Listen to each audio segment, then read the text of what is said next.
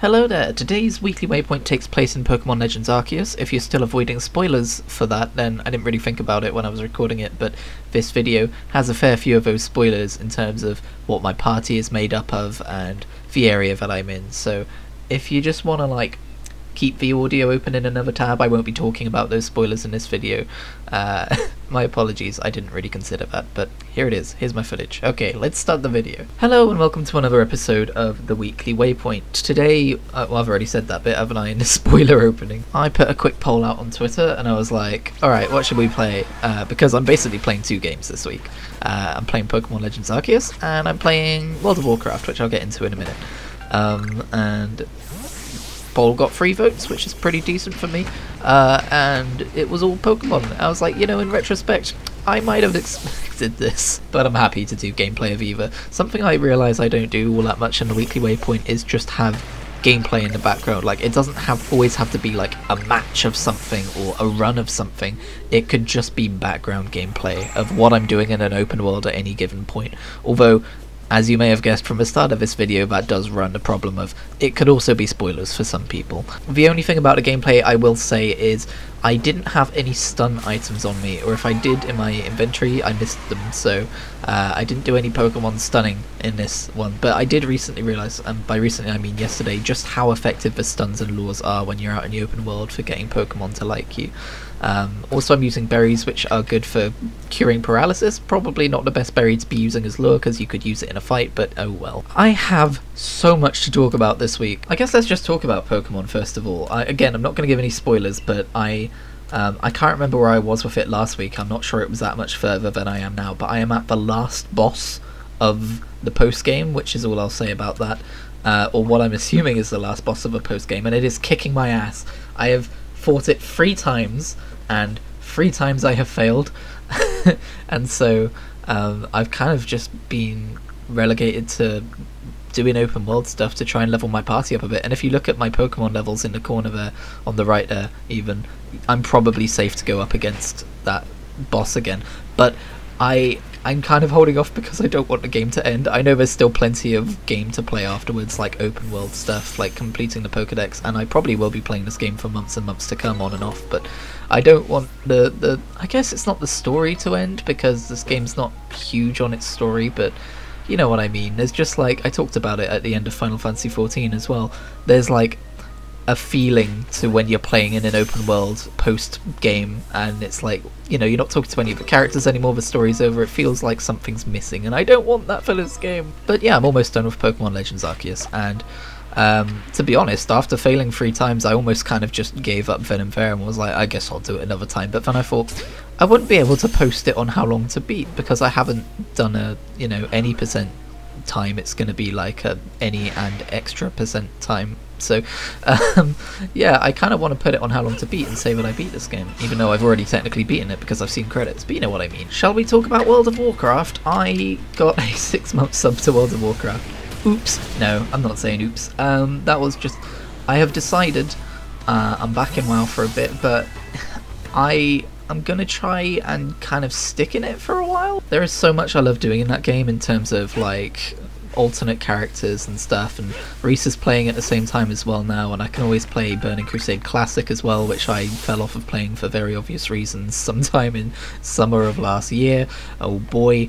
And I don't know, man, I just feel like being back in World of Warcraft, but I think it's going to be something I'm going to try and keep as like a constant thing at the side, at least for a little while. I want to see if I can do it, because I want to see if I can justify getting the 6-month sub with the amount that they give you for doing that, because I actually quite like that deal. I'm not going to force myself to play it or anything silly like that, but I just kind of felt like getting back into it. At the moment, I have a alt character who's a Void Elf Frost Mage, who I am taking through the Burning Crusade, and as I say this, you might be remembering the live stream series I was doing with Taz, the troll shaman, going through the Burning Crusade and reading all the quest text and stuff as a live stream series.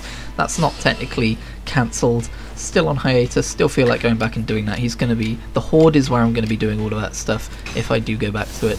I'm very far removed from streaming at the minute, so it would kind of feel like a reset if I were to go back to it and figure out my settings and everything like that again.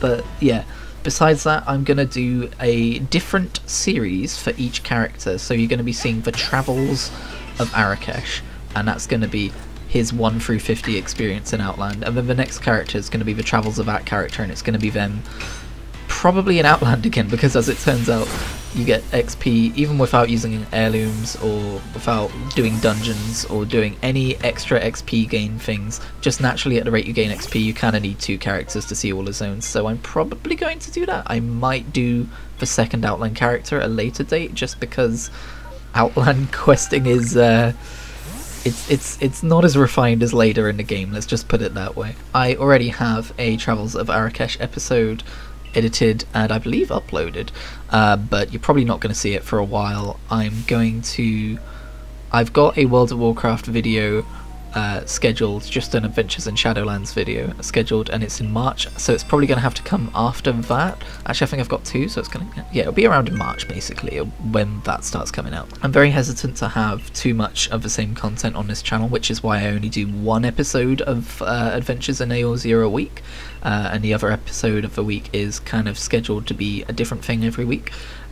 So it's going to be the same with World of Warcraft, basically. Not that we're running out of Adventures of AO0 episodes anytime soon. Oh my god, I still have like all of Endwalker to edit and upload and schedule, so yeah, look out for those. Speaking of Final Fantasy XIV, I did put out a bonus video yesterday called What Final Fantasy XIV Means to Me, where I kind of talk about my experience playing through the story of that game and surprise what it meant to me. So if you are interested in learning more about that, you can go and watch that video. If you'd rather wait until after you've seen me play through it, and I understand, that's fine too. I was considering scheduling it past the end of all of that, but I thought, I'll just put it out now, because not everyone's going to be watching those. Speaking of making videos, I'm just a champion of the segues this week. That's right, I have 2 wheels and people ride on me. I have made a TikTok, and if you want to learn more about that, I also put a little 5-minute video out about that, about why I did that after I've been so, not anti-TikTok, but TikTok averse all this time. I'm still not like using it to watch content, I'm just making content on it. A bit like how I treat poetry, to be fair. I really don't read a lot of poetry, but I haven't written it in a while, but I do write some poetry. I think, thinking about it, creating short form content appeals to me. I hesitate to call poetry content. I know I don't mind calling videos and stuff content, but calling poetry content feels a bit soulless, I don't know. But I guess I don't mind creating short form stuff, but I prefer to consume long form stuff, which is a weird thing, but that's kind of true. But I also have, as I mentioned in a video, a alternate YouTube channel now called Kritigri Shorts, where I also post everything that I post to TikTok. So if you are as averse to TikTok as I am, then that is for you. However, something I've noticed is the 3 videos I put on TikTok now have 500 plus views each, and a few likes on each one of them, and a couple of comments and stuff like that. Whereas on YouTube they have the standard 1 to 2 views each. So I think TikTok is probably just a platform that is a lot kinder to smaller creators about showing it to wider audiences, especially with how that website that's how old I am, especially how that app works. It's not like you choose, I mean, I've barely used it, but from what I can tell, it's not like you're choosing what to go and watch. It's more like the algorithm chooses for you, which again I have a lot of opinions about, but as it turns out, it's treating me favourably, so I guess I should just eat my hat. It is also a nice little reminder that people don't not watch my content because it's bad content, because when people do watch my content, they like it, and they comment about it, and they say it made them laugh and stuff, which is just wonderful. Again, it's not like I do any advertising work for this stuff. I don't try and get it out there and for people to go and see like I probably could and probably should, but I don't know, like the fact that TikTok does it for me and I don't have to do it for I have to do it for YouTube and I don't have to do it for TikTok probably says something about TikTok's ability to boost smaller creators. I don't know. Another thing I've done this week is switch from Spotify to YouTube Premium, because I know all music streaming services are a bit ethically fucked. I know that. There's no winners.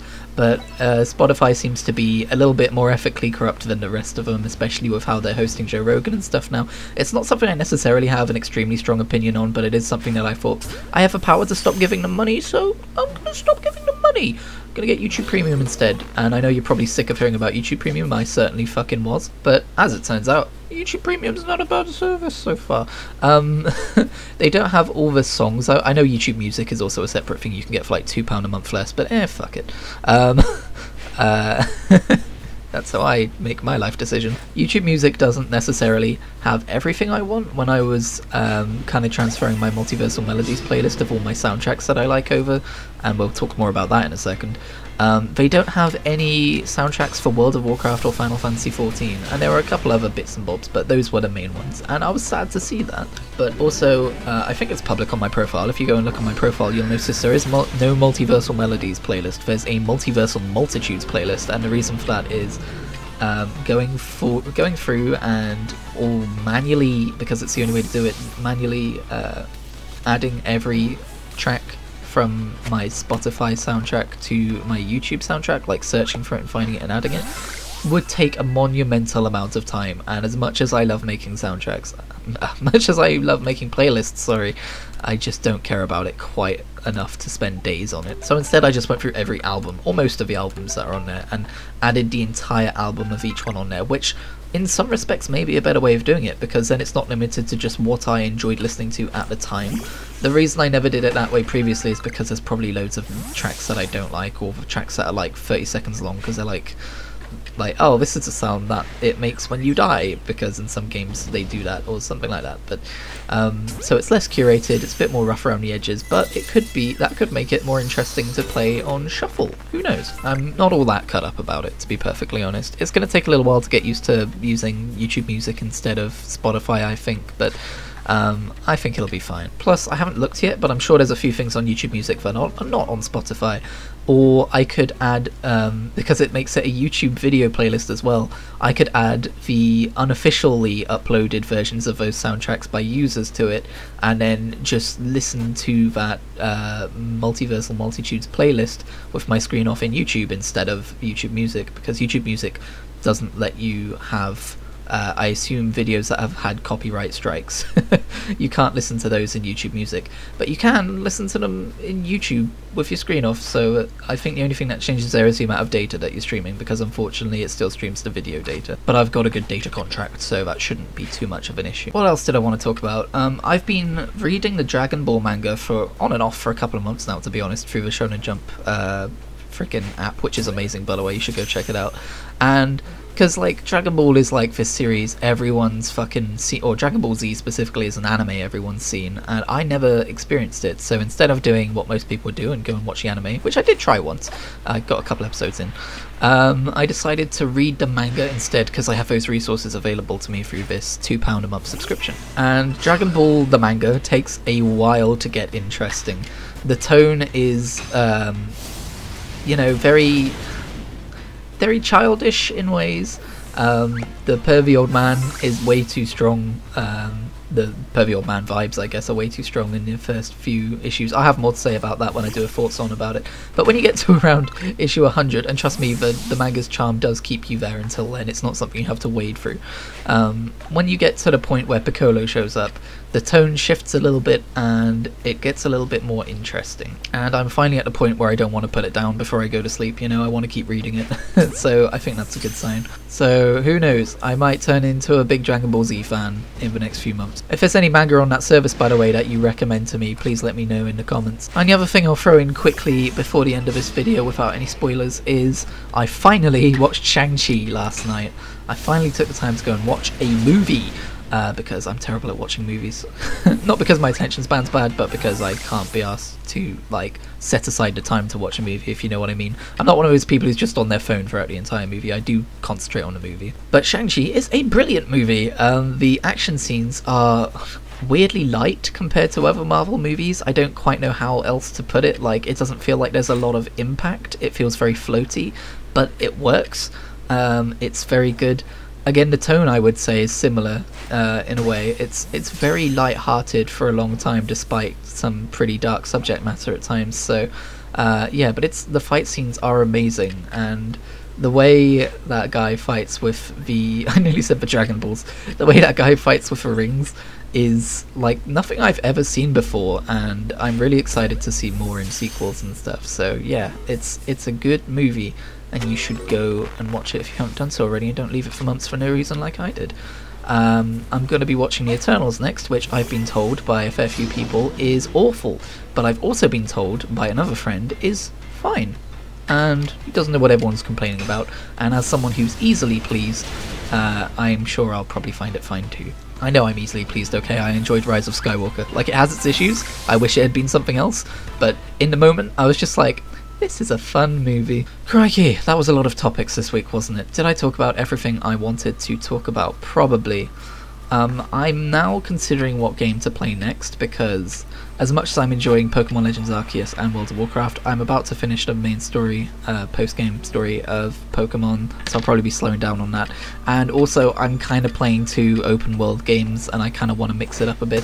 So, I haven't turned my Xbox on in like a week, because I've had my Switch plugged in instead, so I'm probably going to go and do that, have a think about what to play next. I know I just decried open world games, but I might get back to Dragon Quest XI's, just because that game actually pulled me away from Final Fantasy XIV with its story, although that was during Stormblood, but like that might fill a bit of a hole in my JRPG story, you know, part. Maybe I should play some more Halo. It's been a while since I played a shooter now, but yeah, I don't quite know. I'm still a little bit it's been over a week now, but I'm still a little bit like, damn, Endwalker really kind of left me like, what do I do now? What do I do with my life? What do I want to play that's going to make me feel the same way? Or at least make me feel similarly, like, into it, you know? I can't find the words anymore. The words have left me. Thank you very much for watching this episode of A Weekly Waypoint. I will see you next week, I hope, and hopefully in between, for the videos I've scheduled, you see.